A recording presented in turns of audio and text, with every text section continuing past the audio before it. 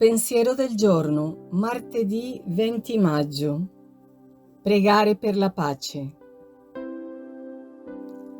Gli uomini non hanno fatto la volontà di Dio, del Dio della pace, ma hanno fatto la propria volontà. Dobbiamo impegnarci, come non abbiamo mai fatto prima, a compiere perfettamente la sua volontà che si esprime nelle sue parole. Le sue parole dovrebbero avere un significato molto speciale per noi oggi. Se abbiamo scelto Dio come nostro ideale e questa è la nostra identità, se lo abbiamo messo al primo posto, questo richiede in pratica che mettiamo la sua parola, la sua volontà al primo posto nel nostro cuore. Questo deve essere al di sopra di tutto.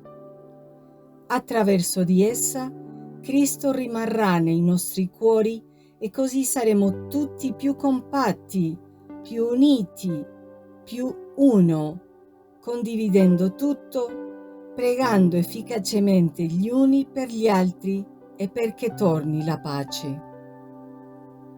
Per questo, soprattutto perché torni la pace, non smetteremo di pregare. Chiara Lubich, dal collegamento del 24 gennaio 1991.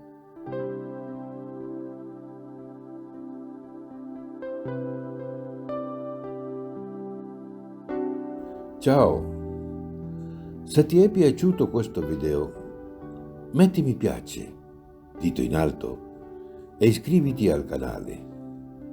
È libero, gratuito e senza alcun impegno.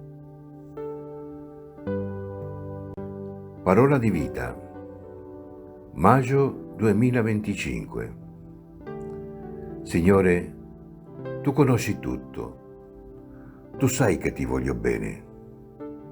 Vangelo di Giovanni, capitolo 21, versetto 17.